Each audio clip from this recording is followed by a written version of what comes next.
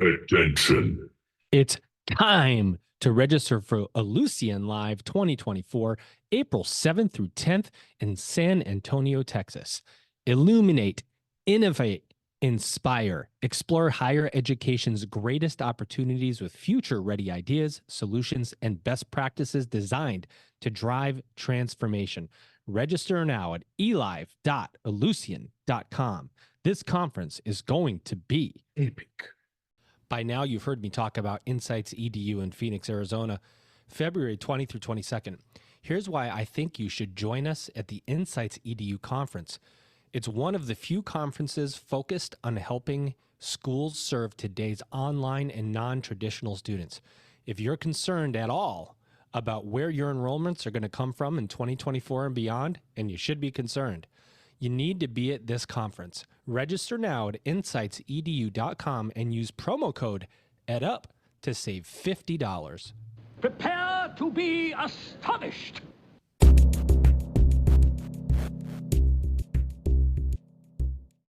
Welcome back, everybody. It's your time to EdUp on the EdUp Experience podcast, where we make education your business. Dr. Joe Lucio back again, and yes, again, as we continue to interview the most amazing and innovative voices across higher education. If you didn't know, of course, I got to put in my self-plug here, but we wrote a book called Commencement, the Beginning of a New Era in Higher Education, that came out this past November. It's not even a year old yet. We've sold thousands of copies across the world. If you get a chance to check it out, it's based on the first 125 interviews we did with college and university presidents on this very podcast.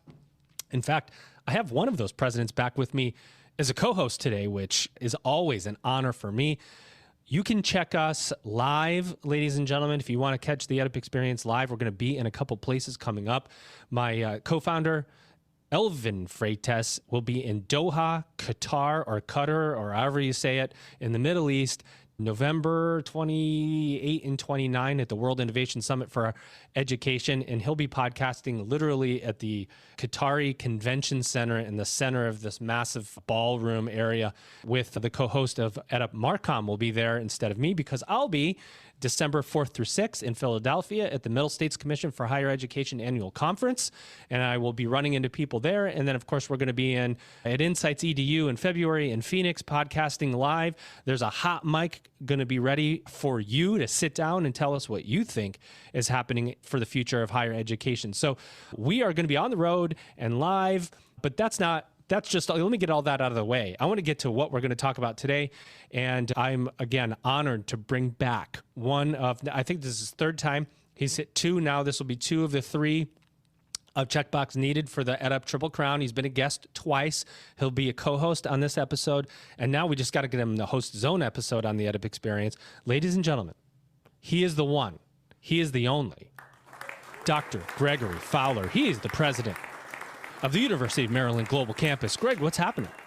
Hey, Joe, good to hear from you again. And I'm going to do that whole secretariat thing someday, hopefully. For now, I'm just happy to be back and talking with you and somebody who I have the utmost respect for. It's we're going to get started today with somebody who's been pivotal in my own career and just an amazing person and leader all around. Well, considering where you are in your career, I would say that this is going to be a very interesting conversation to have, and especially when we can hear from somebody who influences today's incredible leaders. But before we get to this amazing guest, Greg, I want to ask how you are and how are things going at the University of Maryland Global Campus?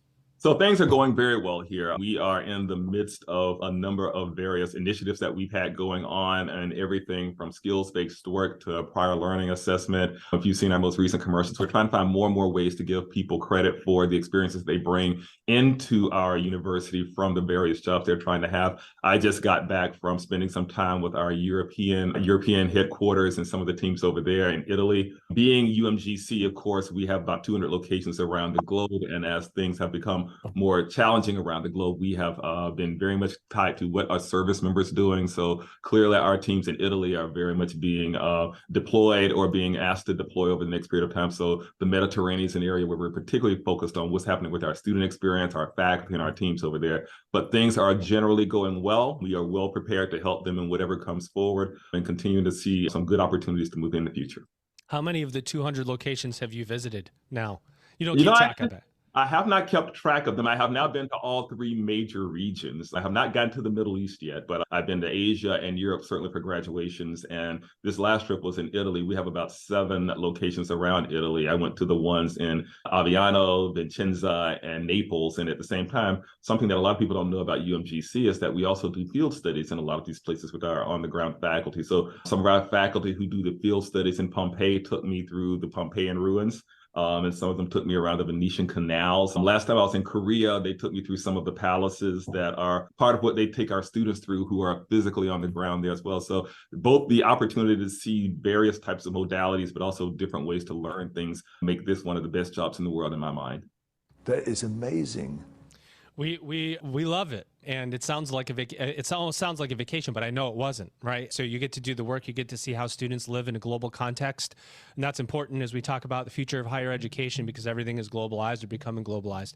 One person that knows a little bit about what we're talking about is our guest today. I'm going to bring him in now. I think I'm going to get everything right here, ladies and gentlemen. Here he is.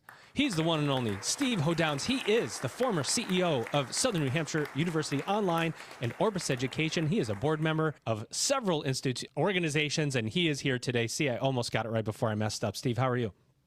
I'm doing good. My travels, I've been back and forth to Greenville, South Carolina a couple times, so I can't quite compare to Greg. Well, you know what? Greenville's kind of nice. That's kind of my world today. Thanks, Joe. Thanks for having me. Yeah, well, so, look, Steve, you've been around higher ed. You've been around for a while. You've done some incredible, I was looking at your LinkedIn profile, being at Southern New Hampshire, Orbis Education, you kind of know the business inside and out. Why don't you just give us a little bit of context on you, your background, your higher ed experience, what's gotten you to this point, and what are you doing now? Just real quick, I won't go through all of it. I'm too old and we don't have enough time, or we certainly don't want to dedicate time to me. I'm as old as dirt. But I mean, I gained a great appreciation for higher ed. I was the first member of my family to go to college. I went to a community college. I was an absolute train wreck, if you will, in high school. And there were certain professors through my career that made a huge impact on me. I went on to get a bachelor's degree in computer science from RIT, although today my kids would tell you I'm totally technologically illiterate, which is probably close to true. I got an MBA from the University of Rochester. Xerox sent me in there. So I have a great appreciation for higher ed and kind of always have definitely had great respect for it. I won't go through the early part of my career, but spent a lot of time being a basketball coach, learned an awful lot about leadership, coaching AAU, quote, all-stars for over a decade.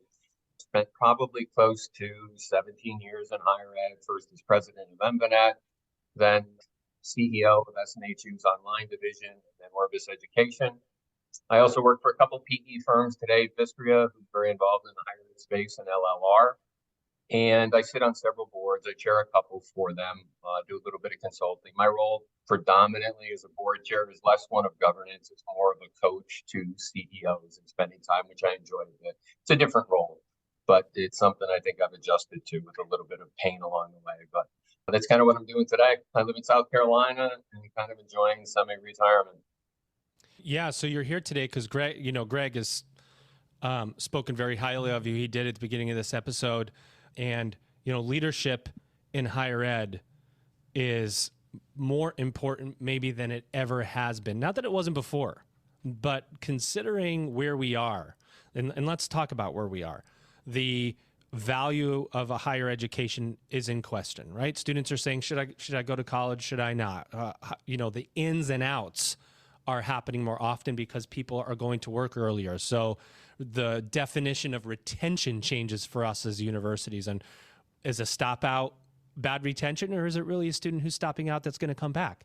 We still define things around first-time, full-time freshmen, which is absolute lunacy when it comes to today's higher education. We have 40 million people with some college, no credential. It used to be some college, no degree. Now some college, no credential.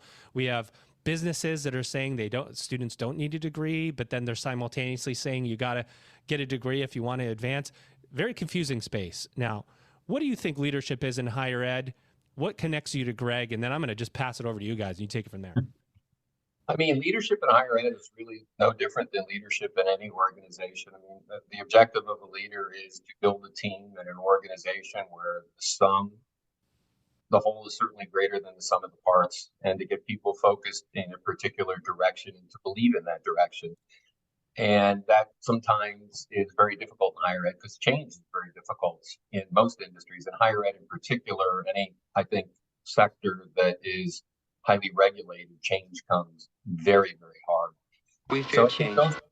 I think those are the struggles that, leadership has. I think what I've seen in general is a lot of times folks are afraid to really address the issues and state where they really are today, and to be transparent with the organization to drive the change. Because if there's no impetus to change, people are very set in their ways, and change is going to be even more difficult. And I think a lot of times we kind of kick the can down the road inside higher ed and say, hey, it's going to get better. And my experience would say, no, it never gets better. It just gets worse. So I think there's definitely a ton of challenges today. You had mentioned value in higher ed, and I also hear questions around branding. Higher ed has a value problem today. Some would say demand problem, maybe supply. If you look at the two sectors between the traditional student and the adult student, back, when we were at SNHU back in 2009, the adult student was in their early 30s. Today, they're in mid to even early 20s. And that line is really blurred. True, there's less folks going to college today.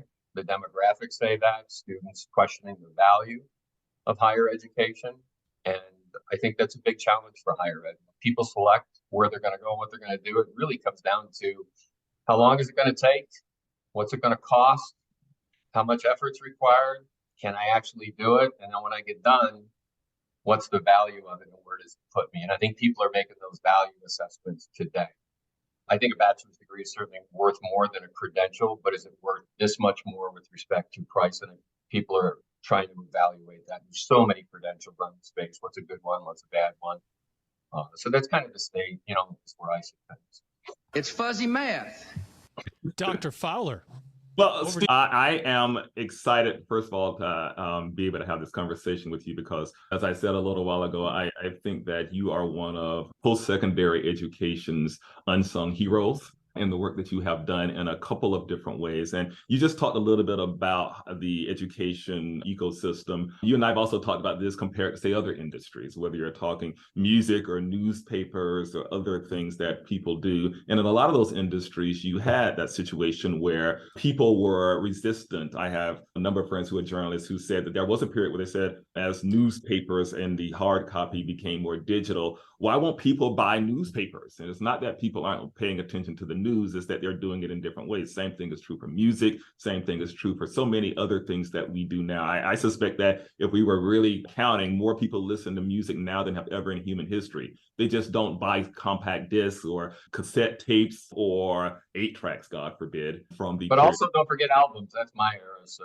just. Hey, I still buy albums, Steve, because there's something about vinyl that never goes away. This is lunacy. It is amazing what the sound of vinyl is. You still can't quite get that anywhere, if you ask me.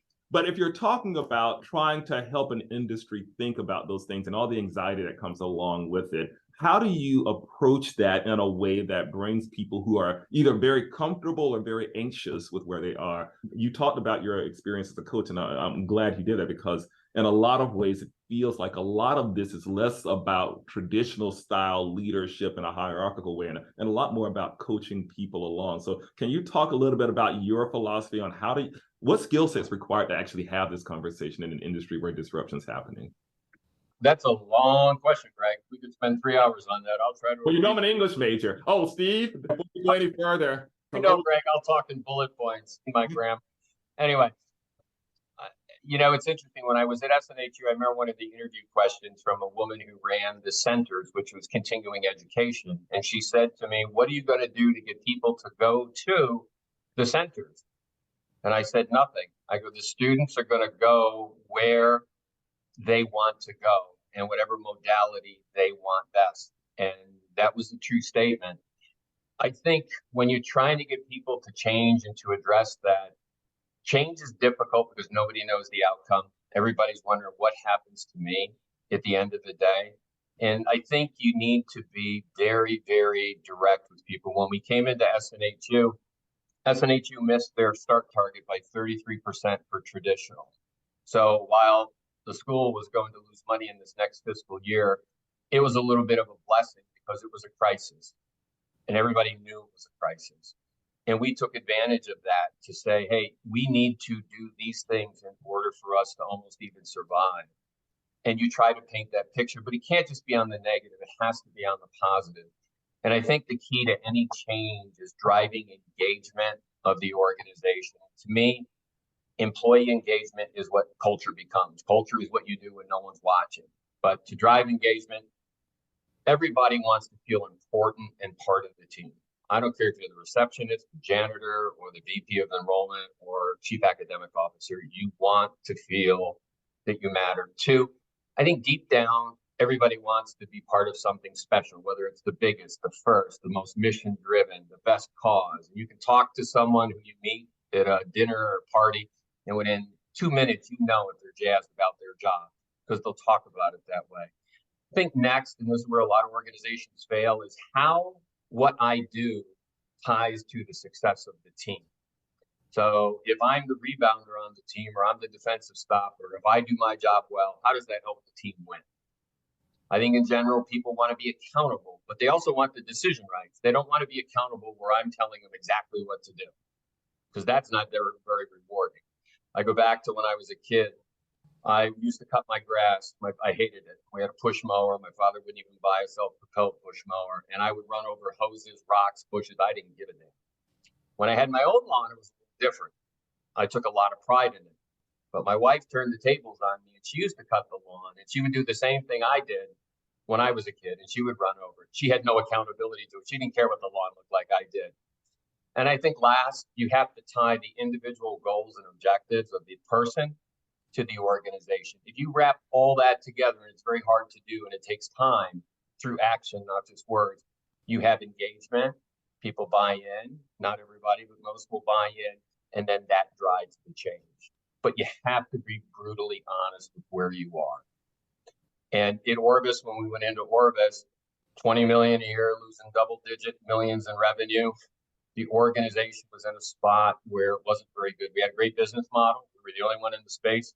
Execution was horrible. I went into our very first board meeting. I hadn't even started, and it was a train wreck.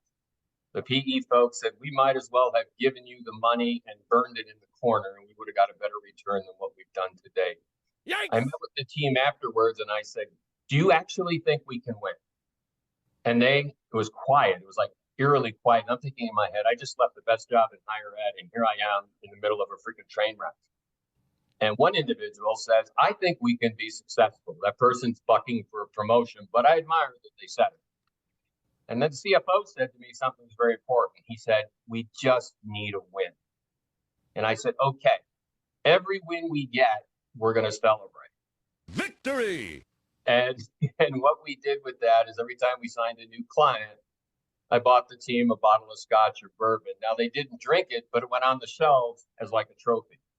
And as you start to win, just like in sports, you make some shots, you gain confidence, you take more. And that's kind of the motion that we had. Now, that's a long answer, but in fairness, it was a long question.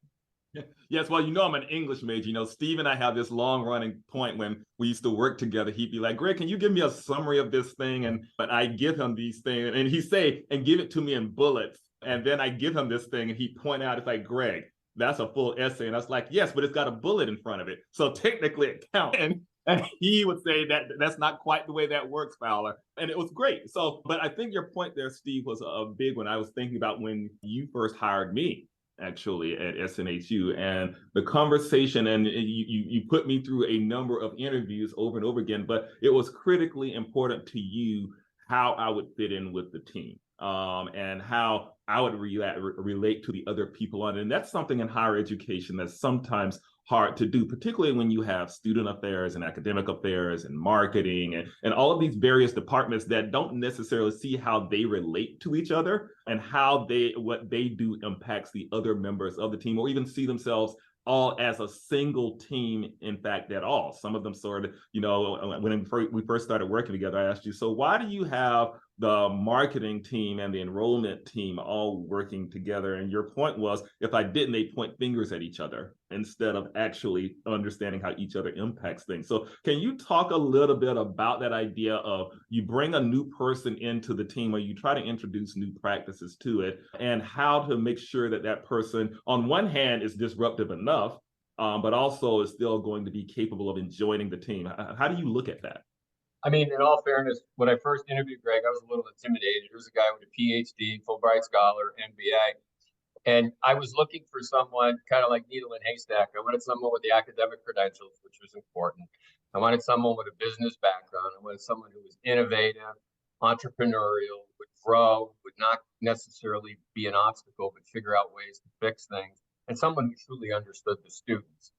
And I was not an academic. I had responsibility for the academic team. I was certainly a little bit of a fish out of water. So it was such a critical hire. So we put Greg through 6 freaking interviews.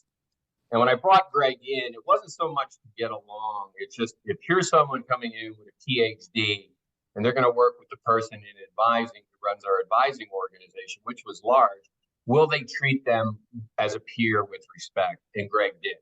So for me, that was a very critical point. And I think, Greg, when you look at silos, and higher ed is famous for them, I mean, what we tried to do with marketing and admissions, and to be honest, they still pointed fingers at each other at the end of the day. They both owned the metric that said, did you get a student? What was the cost to get the student? And could we retain the student? So those are the 3 things that we tried to do. And this is where leadership comes in. So if we're in a meeting, and let's say our academic or retention is where we want it to be in graduation, and immediately what would typically could happen is we point to Greg and the academic. Greg then points back at admission saying, you bring in poor quality students, you can't teach them, and things like that. Don't fail me again. I told you I'd get it in. That's a great James Earl Jones, always on every podcast. But it's important for the leader not to point the fingers, because it's our problem. And we had a bunch of those at SNHU that came up over time. And what I always tried to do is say, hey, we have an issue, we have a problem, let's work together. And what I also tried to do is we would have segment reviews, because it could be graduate business. And during those reviews, and we do them quarterly, we call them ops review, we would have the academic team, we would have marketing, we'd have admissions, and also whatever our administrative functions were, all sit in on that meeting. And they all would present, because it was the success of it. And you could tell those who just put the pitch together, because you'd have fonts that were different and stuff. And you could truly tell the folks that were working together. So it's up to you as a leader to always look at it, not point the finger. Or, hey, if someone does a great job, you can't put them up too much high on that pedestal. That, hey, you're the star, you brought these people in. So to me, it's on the actions of the leader. And it's easy for the leader to point fingers and say, hey, you got to fix this, come back and tell me how you do it. And that's really weak leadership at the end of that. Steve, one of the things, Greg, real quick, I just want to double down on something you said, because you're talking about visibility. You're talking about having visibility into the other areas that you don't technically manage. And if you don't have that visibility to see what the actions you take in marketing, for example, to generate interest, if you don't see how that interest funnels through the other parts of the organization, you don't have perspective. And so it becomes really easy to go, well, I generated enough interest. It's those other people that didn't do their job. But when you start to understand what other people have to do in their job, you start to go, oh, wow, that's not as easy as I thought. I need to generate more. I need to give these guys more of an opportunity, so that if there's no visibility into the outcomes, that's where the silos really get created. So you break that down by visibility. I mean, that's a great point, Joe. I mean, one thing that we did, we had a very talented group in our data team, which started as one. And when I left, I don't know, probably 25 people on our data analytics measurement team. The whole organization had access to everybody's data, whether it was apps, conversions, how they were doing on success. Everybody had the dashboard. Now, sometimes if you're a public company, you may not be able to do that, but as a nonprofit or a private company, you absolutely can do it. So you didn't want to hide it. Everybody could see what's going on. And I think that was very, very important, because the data and the measurements take all the politics out of everything. The data is the data. And this is what it says. Now, there's rationale and causalities behind it, but it's the data that drives it. So I think that's a good point, Joe. I think transparency is so, so important. You know, you said over and over again, Steve, I quote you often when I talk to my team members about the. I got to come on these podcasts more often. This is great. My wife just gives me grief all the time. So. Are you kidding me? Yeah, but it is that point that you just made, Steve, and you've said it over and over again. If you aren't measuring, you're just practicing. And when we're talking about students being able to say, how are we measuring what the win is and what are the factors that are going into it are absolutely critical things that we don't always necessarily see. But it's sometimes very uncomfortable for an organization which has not necessarily used data to start using, because a lot of people feel like you're just going to use it as a stick to beat them over the head with, as opposed to saying, I'm trying to create a space that's neutral territory that says, we just want to know what the reality of these things are. So when you try to do that, do you find resistance in various groups as you're working with that? Oh, big time. Big time. Measurement is a really, really scary thing. But if you think about it, everything you do in life, you measure in some way. So let's say you're a walker. It's how many steps did I take? If you're a jogger, how many miles? It could be if you're a frequent flyer, how many steps did I accumulate? We just measure lots of stuff. But when it comes to accountabilities, people are always fearful, and you have to get them over the hump. Like in your organization, Greg, when we were measuring student success, and we would see a particular section that had either way too high or way too low. And you'd always get the thing from the faculty saying, do you want us just to pass everybody? No, we don't. So what did we do? We built these algorithms and these models that said, based on the student profile, here's what we would expect the outcome to be. And it would give us a parameter with that. And there's always outliers all over the place. But you always want to keep track, except maybe the guys I golf with, they may not count every stroke. But it's not terribly rewarding to go out and golf and not keep score. You just don't know. Even my wife, who just took up golf, used to be, a social experiment. Now she comes home and she tells me every shot on every hole. It's like, honey, I don't care. I don't want to know about all that. But they all keep track of the score. And the interesting thing about it is once you get over the hump and people see the score, it's like, wow, I have confidence. So we talk about confidence in students, but there's also organizational confidence. And you want to have confidence. Again, I'll come back to sports. Joe, you'll see I have two spots, business and sports, and that's it. But in sports, you don't want to practice because you're not a very good shooter. But if you practice, you make a few shots, you go to the game, you make a couple. Hey, I want to practice more. I feel good. And you're keeping track. So that metrics. So it's very, very important. But it is hard, Greg, to get people over that hump, particularly in the academic community. But once you get everybody there and you don't beat on people if the metric isn't there, you try to understand why. It's what you need inside every organization, any business. Are you kidding me? No, I'm not. For a third straight year, the EdUp Experience will be recording live at Illusion Live 2024 this year in San Antonio, Texas, April 7th through the 10th. Illuminate, innovate, and inspire. That's the framework for the conference. Leaders from institutions around the world will converge at Illusion Live 2024 to discover game-changing technology, share industry insights, and build powerful connections. It's time to explore higher education's greatest opportunities with future-ready ideas, solutions, and best practices designed to drive transformation. You can register now at elive.illusion.com. Epic. Oh, yeah. You've heard me talk about the Insights EDU conference. Well, let me tell you 3 reasons why I think everyone listening should join us in Phoenix, Arizona on February 20 through 22nd for Insights EDU. 1, it's one of the few conferences focused on helping schools serve today's online and non-traditional students. 2, you can expect a mix of speakers you won't hear anywhere else, including higher ed leaders from Google, LinkedIn, Adobe, and more. And reason 3, Insights EDU has an agenda packed with sessions discussing the latest trends in higher ed leadership, marketing, and enrollment management. Register now at insightsedu.com and use promo code EdUp to save $50 off your registration. Oh, yeah. Yeah, and Steve, your point is... I gotta interject because I feel like we're glossing over a very important point about Greg. And that is when you interviewed him and you said, Greg, why should you have this job? He said this. Nobody can do that like me. So and that's why I just want to make that clear. I think that's what he said. Yeah, that wasn't quite my voice. I'm going to make sure I disown that. Yes. But I do want to Greg say, was a touch more humble.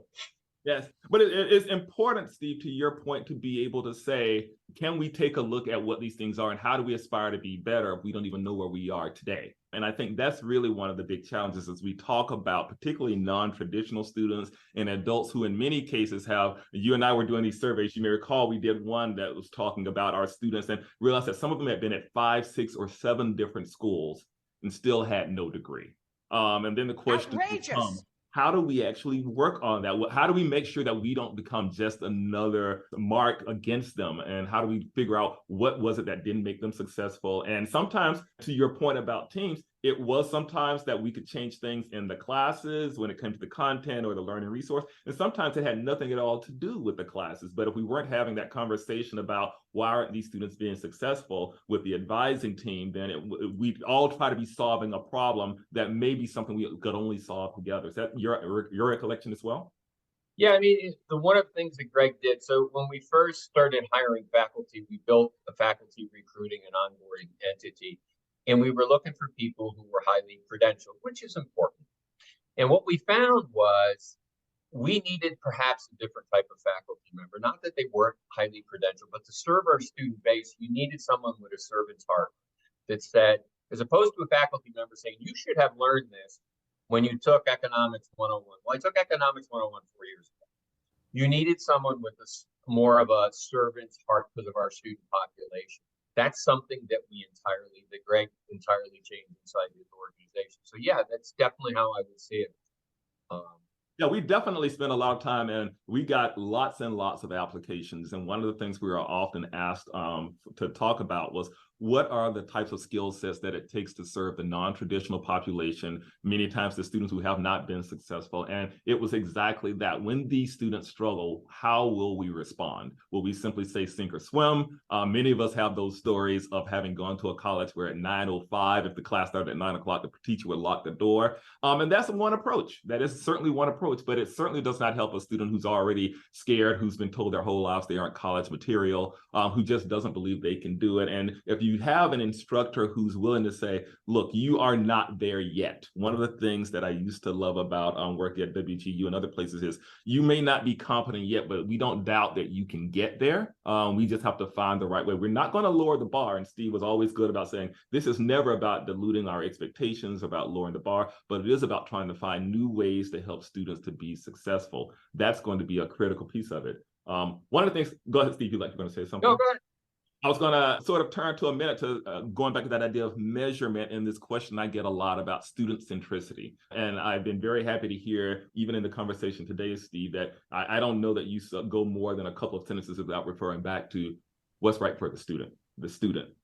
Tell them like it is. And then that's not always something that you hear a lot. I get a lot of institutions and executives who say, how do we convince people that we're student-centric? How do we convince people that we're focused on the student? And I don't know that it's one of those things that people really think a lot about. But when you put your team together, you spend a lot of time talking about how do we bring this back around to what's the right thing to do for the student? Can you talk a little bit about that idea and that approach?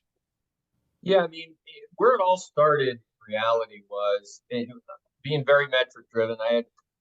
We would have, I'll just take this real quick. We would have these round tables and people would always come and say, what are you going to do to fix this? And I would always say to them, well, what do you think we should do? Well, if you think this is the right idea, build a proposal as a pilot. People would always push, and they were fearful of pilots because the measure of a pilot is, did you move the big number? Well, to me, the true metric of a pilot is you're searching for information.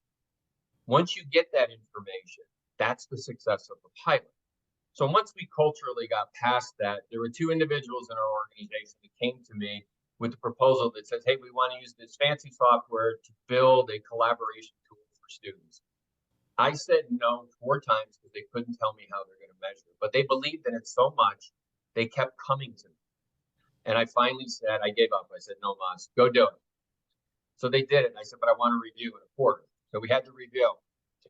And in that review, we went through it and they said to me, well, you might not like this because it's not doing, people aren't collaborating. But what people were doing was providing support to other students, i.e., If I can do it with 2 kids, I'm a single mom, you can do it. Here's how I did it.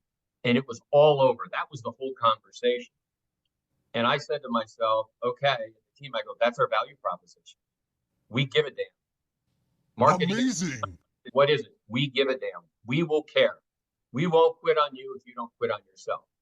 That started our whole value proposition that built the culture. But it was because those folks wouldn't quit on something they wanted to do and take the initiative to go do it. That drove the entire culture. That drove our marketing campaigns. That drove everything. But people will watch. You can say you're being student-centric, but do you invest? We invested tons of money in learning resources, math labs, writing labs, increasing our advising staff. We did everything we possibly could to support the student. It was, hey, if we're going to take you, we're going to do everything we can to help make you successful. But it's also on you. So if you don't quit, we're not going to quit. But that all started back from that initial conversation very early on when these guys wouldn't get off the fact they wanted to try this. And that's why pilots, so the information was, are they going to use it for collaboration? No, they did not. They used it for support. And so we built a community for students supporting each other, but also for our advisors, being that Sherpa, if you will, to help the students. So, Greg, you bring up a really good point. It's what you did. Yeah, the point Greg brought up, and you said it, Steve. What is student centricity? How, because I don't think you would go to any president or any institution and say, you know, are you student centric? And the president goes, you know, we're really not. We're not student centric. But there is a spectrum. There is believing you're student centric and not being student centric, and then there is being student centric and acting student centric. And I think a lot of it, this is my opinion, but a lot of it goes to proactive versus reactive. And I talk a lot about this, right? I'm not going to wait for the student to figure out they're having trouble and call me and contact me, because they're not going to do that. They're going to go, you know what? I can't do this. I'm going to disappear into the shadows and you'll never find me again because you weren't there when I needed you. I'm going to make that phone call. I'm going to make that phone call before the student even thinks that they might be having trouble, so that they know a preemptive strike, right? So they know that I'm there if they do have trouble. And that, to Greg, when you talk about what does that mean, what is the definition? We do a really bad job in higher ed of defining that, and I think that dilutes the value conversation, right? It's this packaging and marketing problem we have in higher ed, and so I just wanted to add that because I think there's a big difference between saying it and doing it. Yeah, Greg, that is a huge point, and proactive was a big part of what we would do in SNH, because people typically, you got an 8-week course, people don't raise their hand, particularly males, based on our study and our information, would not raise their hand until week 3, 4. And it could be that, you know, hey, they couldn't even figure out how to navigate the system. So we created courses to do that. But as the students go through that customer corridor, all the way from the first touch by the marketing campaign to the admission rep to financial aid, all those interactions build your brand. They can help it, hurt it, or keep it there. So you could go to financial aid. You don't have the document. Financial aid could typically say, well, you don't have the document back when you finish it, as opposed to saying, let me help and take you through it, and let me help and take you through understanding that you are taking on a debt. That's what you want to do. So we put in place, you know, SNHU, a whole consulting group on financial aid, not just the awarding, but the consulting aspect of it. And being proactive is critical. We had built models that said who's likely to defect. Even before they started, we had a profile of the student coming in. Typically, you would see a Pell student would be more at risk than a non-Pell student. You'd make sure you provide them a little bit extra care up front. And I think proactive is a big deal, because by the time a student realizes that they're in trouble, it's all over. Yeah, it is. I laugh with my team a lot. My first job, my job in college, when I was in college at Morehouse, was I was working at Six Flags Over Georgia.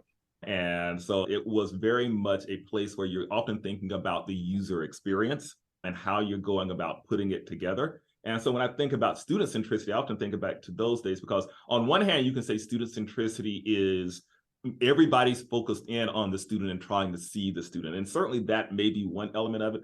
But over the years, I've become convinced that the other element of student centricity is not so much everybody's looking at the student, but that we're seeing the world through the student's eyes, and we're building experiences based upon what they need and see as they are trying to move forward, which is a very different way of looking at it. I was looking at some of the feedback and communications, even in letters that we're giving or responses that we're giving to students about something. Sometimes the answer is no, but how you say no will matter to the student. And sometimes we get someone who'd ask a student who asks a question, and I'd read a letter that says the regulation says blah, blah, blah, blah, blah. And it turns into, yeah, that's technically what the regulation says. But if you're reading this as the student, how are you feeling about what you are seeing? Even if the answer is there, one of the things you hear, we talk a lot about USAA because we see them as one of the great service institutions, is sometimes the answer is no.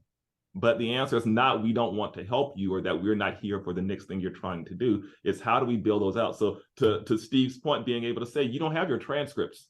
Okay, we can either have you try to go hunt them down, or we can find ways to say, we'll help you get those transcripts if it will help you to move forward. Again, is you never lower the bar and the expectations for the performance, for the skills that you're trying to look for, but there are a whole series of other things that aren't tied to that performance that the institution can be helpful on if they're willing to do so. And we've tried to make sure we build those things as we continue to move forward. That comes with change. Back to the original point, to get everybody moving in that direction. Greg, to say, see this through the student's eyes, there's a mindset shift and leadership change that happens. Steve, how do you click that button? How do you turn that light on for somebody that's, because you know what happens with change? You said it. What about me, Steve? This change you're putting in, I know you're telling me we're going to get more students. I know you're telling me enrollment's going to go up and revenue and all these things I don't really care about all that much. How is it going to affect me? But how do I get that light turned on to do what Greg's talking about and see everything through the student's eyes? Is it time? Is it perspective? What is it? I mean, it's a lot of things. What we tried to do is at every town hall, we tied back to our mission, which was basically, we're here to help people, give them a chance to transform their lives. I'm sure it's written much better than that, but that was our goal.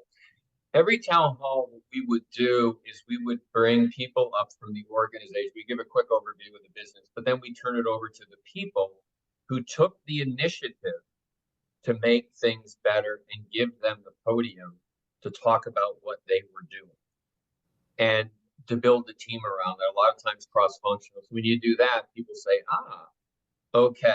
And when you see little things people do, like you might have a situation where an advisor says, hey, this faculty member hasn't gotten this exam back in 4 weeks. We had enough structure in place where that person could go to the academic dean and say, look, this does not support the mission. And so there's an advisor going to the dean saying, and they would take action on it. When you think about the individual, the thing I learned a long time ago is not everybody has the same goals and objectives you do with their career. It could be, I want to have a wider span of control, or more likely a smaller span of control. I may want to present here. I might want to have time to do research. I may not want the promotional path. So it's important to understand your team. I can remember one time in my career, way back, when I promoted an individual who I mentored and gave them a promotion and a small little P&L on a Friday. On a Monday, they didn't show up and they had a resignation letter on my chair. It said, no way. And I'm like, oh my God, you couldn't even call me? Well, they didn't want to disappoint me, but I thought they wanted what I wanted, and that was not the case. So I think it's important to understand. You give people the opportunity. I was always looking for people that wanted to take the initiative. In roundtables, I'd walk into a roundtable and I'd say, what do you want to talk about? There was no agenda. It's just, what do you want to talk about? And they'd always say, here are the things that are messed up. And I'd say, okay, how do you want to fix it? Do you think we should fix it? Put a proposal together. The people that put the proposal together were those that truly wanted to change. And once we did those pilots and people felt safe doing the pilot, it kind of builds the change. And then let's be honest, Joe, when you're having success and winning, it's much easier to build culture and drive change. Yeah. When you're losing and you have to cut people, that's a very tough conversation to have, and been through those. So that also helps. But Steve, I think time, and then when you're people below down the organizational change, they're the people who are changing, and people start to see that. I think that helps, but it's not something that happens overnight. You squish, you put a couple posters up and everything changes. It comes through time, and they watch your actions. They watch what you do, not what you say.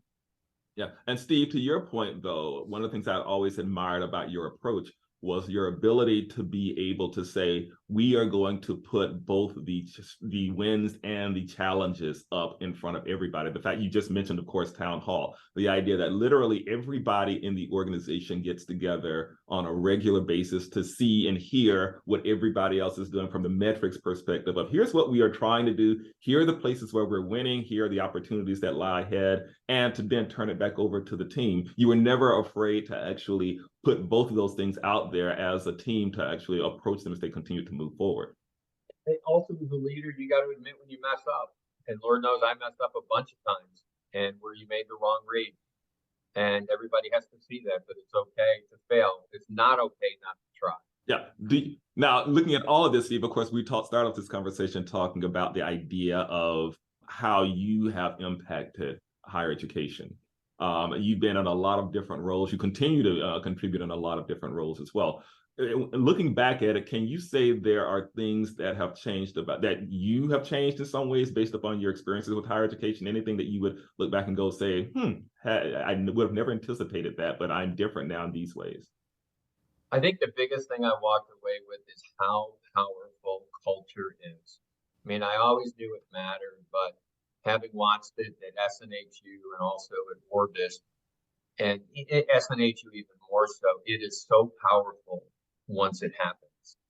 And the organization then takes over, and it changes everything. And people believe, and it's scary in some respects, but it's also incredible to look at. The other thing that higher ed does is it helps improve people's lives. There's no doubt about it, but also through the path. What I always said, the best part of the job was the people. The worst part of the job was the people. But watching people grow in the organization, gain confidence, was just, it's the best part. I mean, there's nothing better than that. When you watch someone who starts here and goes to here, oh my goodness. And they feel so good about themselves. They're grateful for the opportunity.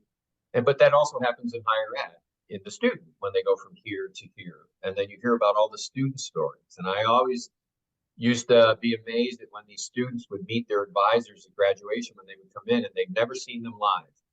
They've never been them. And they'd hug, it'd be emotional. People would have tears. And it's like, okay, that's what it's all about. We would see it in where we were training nurses. And these are people who are going through an 18-month accelerated ABSN or an OTA or PTA program. And when they would go through graduation, it was so intense, it was so emotional, but now they're going off to help people who are in some pretty tough spots with their health. And then they come back and teach into some of the classes. I mean, that's an incredible, powerful, I don't care how hardcore you are, it's very, very rewarding. And I always get, I don't want to say agitated, but surprised when people say, hey, do you want quality or do you want profits? To me, I don't know how you get long-term profits and value creation for shareholders or stakeholders without great quality. You can look back in history, everybody who just tried to screw the customer, not be concerned with quality, goes out of business. From Enron to Corinthian to wherever you want. If you don't protect your brand and do the right thing, ultimately, you're going to be in a bad spot. So to me, it's not a dichotomous situation. It's you got to have quality to build your brand and to drive long-term profits or reserves, or whatever you want to call it if you're in the nonprofit space. You know, that is correct. One of the things I really appreciate about the conversations we had from day one was your emphasis on what you just said, which was it makes no difference if we're bringing students in the front, if we're hemorrhaging them out the back. How do we make sure that the ones who are here are being successful? And how do we find the data that will help more of them be successful continues to be a part of that. One of the things I want to turn to quickly is this conversation, this idea that I have in my head around the diversity of, and now I'm not talking diversity in the ways that we're talking about DEI so much, as I'm talking about diversity of thought and perspective amongst team members and others. One of the things that I think makes it hard is that sometimes we say, I'm okay with diversity as long as everybody ends up thinking the way I do.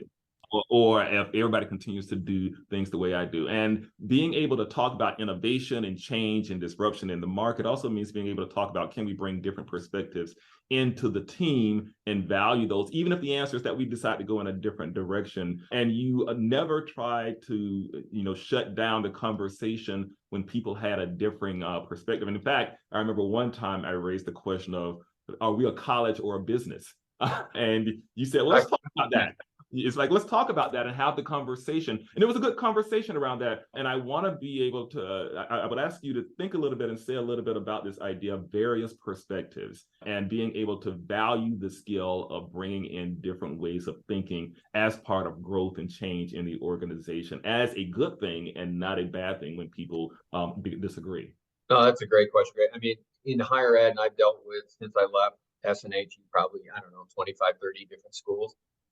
One thing that I see again and again and again is everybody wanting to agree with the president of the university. And the way I always tried to view it is, look, I tried to hire and bring people onto the team that were 10 times better in their area than I could ever dream of being.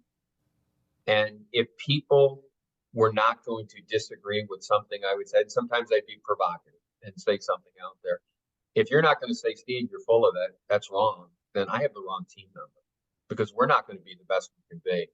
And it's by your actions. So if you shut something down and you say, no, we're not talking about that, then what happens to everybody else? Well, they got their head bit off, or someone that gets fired for questioning what would go on.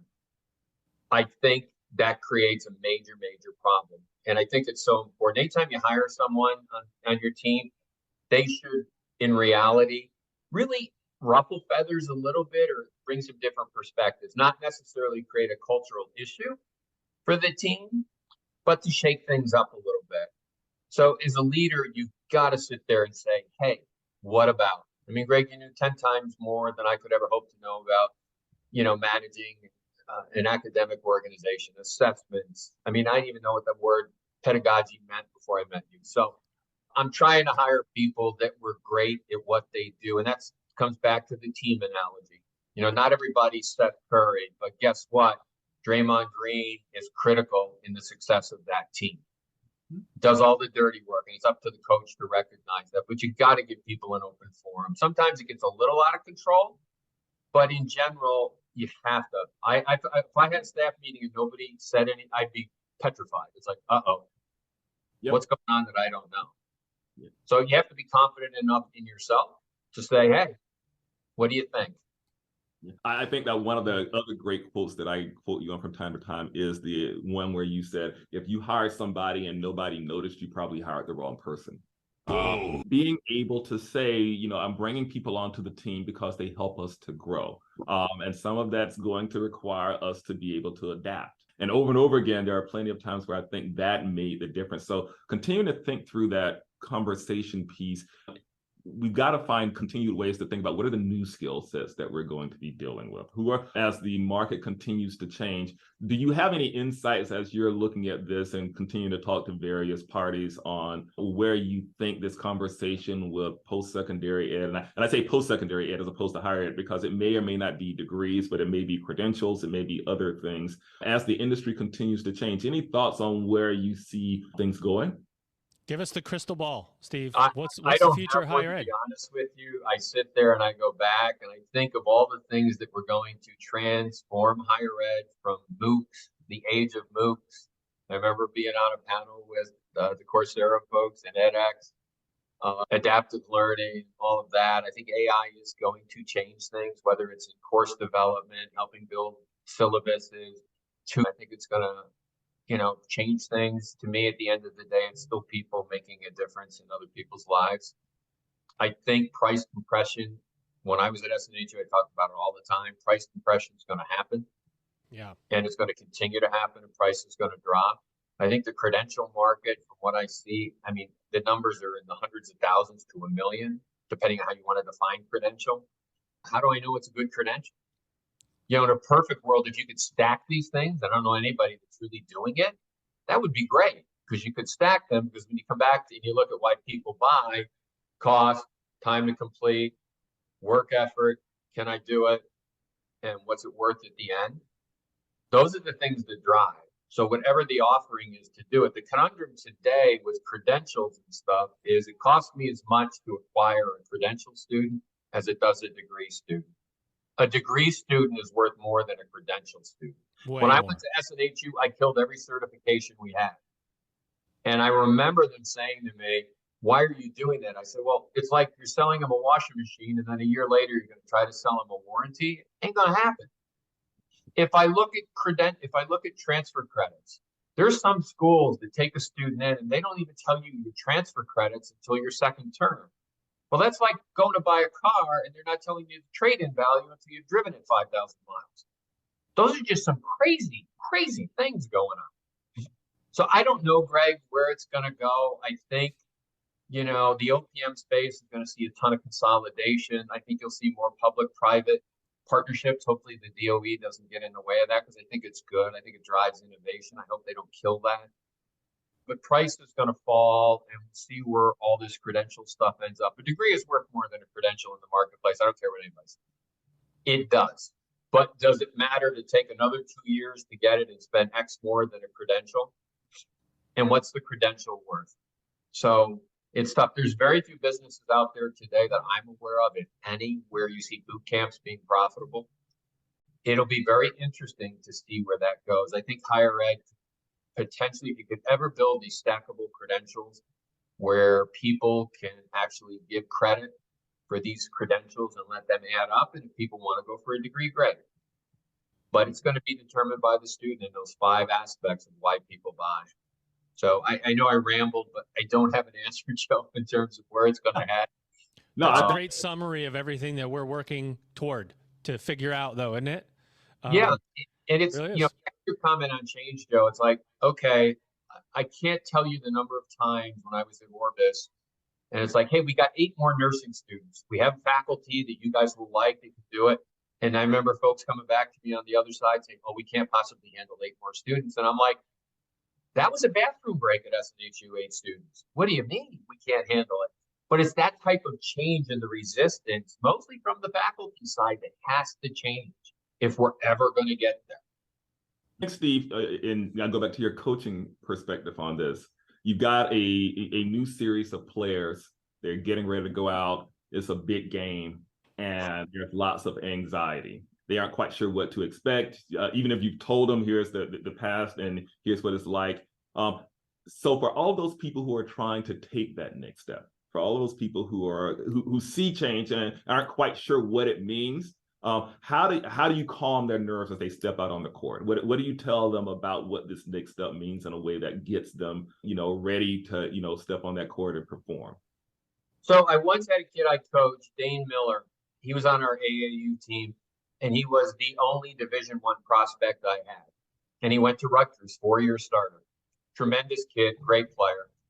And we're playing in an AAU tournament, I think 8th or 9th grade. He goes, Coach, I can't start. I'm too nervous. I go, Dane, you're the best damn player on the team. He goes, Coach, I can't start. I go, why? He goes, I don't want to screw up. I go, don't worry about screwing up, Dane. I go, I'm going to put you in. He goes, Coach. He goes, I'm afraid. So what I did is I set up a play to where Dane, we did a tip. We knew he'd get the tip, go down, and he got a dunk. And then he was kind of there. So I think as people are afraid to change, you have to work with them and give them an opportunity to gain a little bit of confidence. The other side of it is if you don't change, problems are going to find you and you're going to have the change forced on you, or you might not be there. You don't want to go in with that, but it's like, look at what we could do if we did this. But you have to be transparent and say, this is how bad it is today, or this is where it's headed. I mean, you look at West Virginia, how many people got cut? They knew this was coming for years. Did they tell them? Look at all these schools that are cutting back programs. And I think it has to link to business in some way. I think you need a foundation on how to think. But I think there needs to be some tangential linkage to a job on the outside. Not that you're career training, but it needs to have some type of potential linkage where you could go. Well, listen, you guys, even though Dr. Fowler, your team offered you for another hour. I said, as your friend, as Greg Fowler's friend, I can't imagine. I don't want to set his schedule in a disarray like that. So I want to let you know that I was. I had your back. But your team was like, you can take it for as long as you want. Anyway, I don't want to disrupt your day because I'm sure you have a few things to do. But I do want to know what you thought about this conversation with Steve before we let you go, Greg. No, it's like, again, I continue to say so many of the things when people ask me about where I learned them. It's like the time that I spent with Steve learning from a person who knows a lot about coaching. And as you've heard, I use a lot of his quotes all the time in various things. He has helped in so many different ways, and not just in the work that he's done directly, but in the leaders that he's developed across the organization. So I just want to say thank you, and keep doing what you're doing, because we value the work that you're doing even now in all of the various ways. So while you may be semi-retired, we all know that just means that you're just waiting for the next big opportunity, and we'll hopefully find out what you're going to do next. So thank you for all of that as you continue. Hey, we both learned. That's for sure. Speaking of people doing big things, ladies and gentlemen, my guest co-host, no, he is your guest co-host, the one and only Dr. Gregory Fowler. He is the president of University of Maryland Global Campus. Greg, thanks for joining today for our guest of honor. He's your guest of honor. He has done big things in higher ed, and I have a feeling he'll continue to do big things. Find him on LinkedIn, ladies and gents. I did. He hasn't yet accepted my invitation, but I'm sure he will today. I did accept. You did, live here on the EdUp Experience. Ladies and gentlemen, his name, Steve Hodownes. He is a former higher ed leader. He's got too many accolades for me to go into. Look him up, look at his background, reach out to him. It's worth a conversation. Ladies and gentlemen, Steve, before I let you go, did you have fun at least here on the podcast? I did. Great. It was, I'll be honest with you, this is the first podcast I've ever done. So I usually say no, but it was Greg, and it was fun. It was good to see Greg again. It's always great. It was very nice to meet you, Joe, and it was a great conversation, and hopefully people find some value in it. Thanks, Steve. Ladies and gentlemen, you've just EdUp'd. Attention. It's time to register for Ellucian Live 2024, April 7th through 10th in San Antonio, Texas. Illuminate, innovate, inspire, explore higher education's greatest opportunities with future-ready ideas, solutions, and best practices designed to drive transformation. Register now at elive.ellucian.com. This conference is going to be epic. Hey there, higher ed leaders. Are you thinking about joining the EdUp Experience podcast at Insights EDU on February 20th through 22nd in Phoenix, Arizona? 100%. I thought so. This is the go-to event for higher education marketing and enrollment management. At Insights EDU, you'll gain cutting-edge insights from industry experts, including speakers from companies like Google, LinkedIn, Adobe, Salesforce, and more. Become the transformational leader your campus needs by participating in discussions on important topics like online student demands and preferences, increasing affordability and accessibility, branding, measuring marketing performance, and much more. Insights EDU is the conference you need to attend in 2024. Register now at insightsedu.com and use the code EdUp to save $50 off your registration.